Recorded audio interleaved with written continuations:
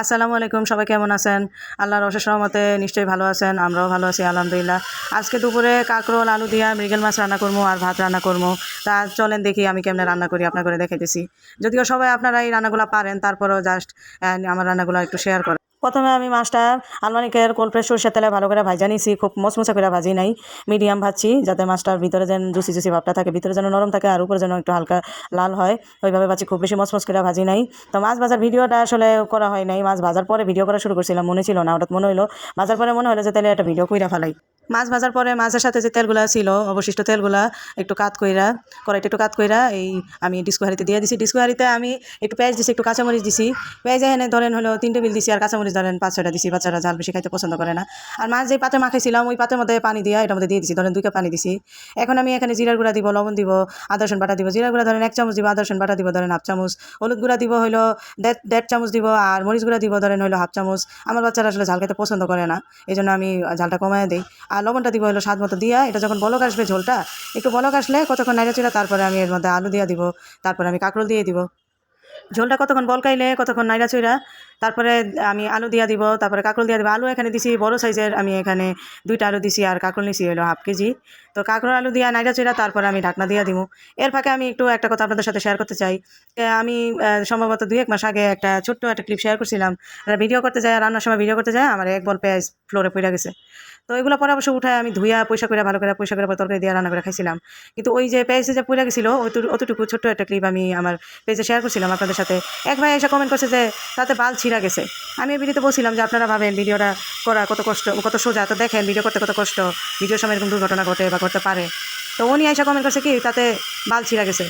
নামটা আসলে মনে নাই আমার, স্ক্রিনশটটা রাখছিলাম, আমি আরেকদিন স্ক্রিনশটটা শেয়ার করবো আমার পেজের মধ্যে।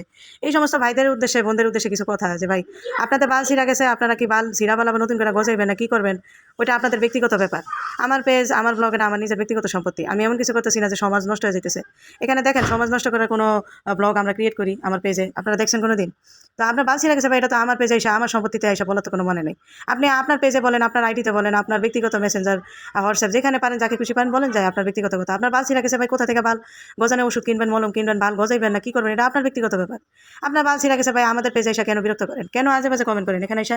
আমার এই সামাজিক ভিডিও ভাই ভালো যদি না লাগে, এই সামান্য রান্নার ভিডিও, ভালো করে ভয়েসও দিতে পারি না, ভালো করে কথা বলতে পারি না, কোনো রকমের ভিডিও করে আমরা আপলোড দিই। হ্যাঁ, আপনার ভালো না লাগলে আপনি চলে যান, আপনি ব্লক মেরে দেন আমাকে।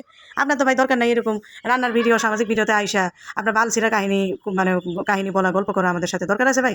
দরকার নেই। আপনারা আমাদেরকে ব্লক করে দিয়ে চলে যান, যাদের এই সমস্ত মুদ্রাদোষ আছে। তো যাই হোক, আমি যারা বাজে কমেন্ট করে ওদেরকে আসলে ছাগল পাগল হিসেবে আমি জানি।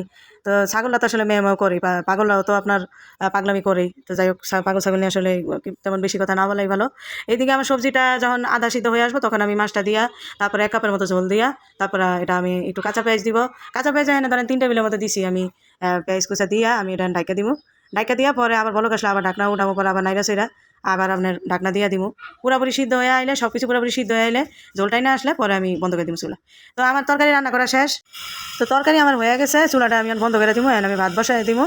আমার মনে ছিল না, তখন মনে থাকলে ভাতটা আমি আরেক চুলা বসাই দিতাম। তো ভাত বসাই দিলাম, আমরা আবার বসা ভাত খাই, আমরা আবার ওই মাছটা ফালাই না, মাছটা টানায় ফেলাই ভাতের সাথে। ওই যে পোলাও যেমন রান্না করেন না, পোলাওর সাথে আপনারা ঝোল দিয়া পোলাও সেই পানিটা টানায় ফেলান, আমি বসা ভাত খাই, আমি ঠিক ওইভাবেই করি। এখানে আমি ওই আঙ্গুলে 2 কর বরাবর ভাতের মধ্যে পানি দিছি, দিয়া তারপরে চাইলটা বসাইয়া দিছি। ভাত বলকাইতে বলকাইতে যখন পানিটা টাই নেবে, তখন ঢাকনা দিয়া একটু দমে দিব, ধরেন 10 থেকে 15 মিনিট। তারপর আমার ভাত পুরা হয়ে যাবে, একদম নিবা নিবা জালে দিব, বেশি জাল বাড়াবো না। রান্না বাড়ি শেষ, দুপুরে খামু, নিজেও খামু, পোলা পানি খাওয়ামু। এখানে 4 জনের ভাত আর তরকারি নিছি, আবার ভাইবেন না সব আমি একলা খামু, আমার পোলা পানি আর আমি মিলা 4 জনের খাবার নিছি। আল্লাহ হাফেজ। ভালো লাগলে লাইক কমেন্ট শেয়ার দিবেন।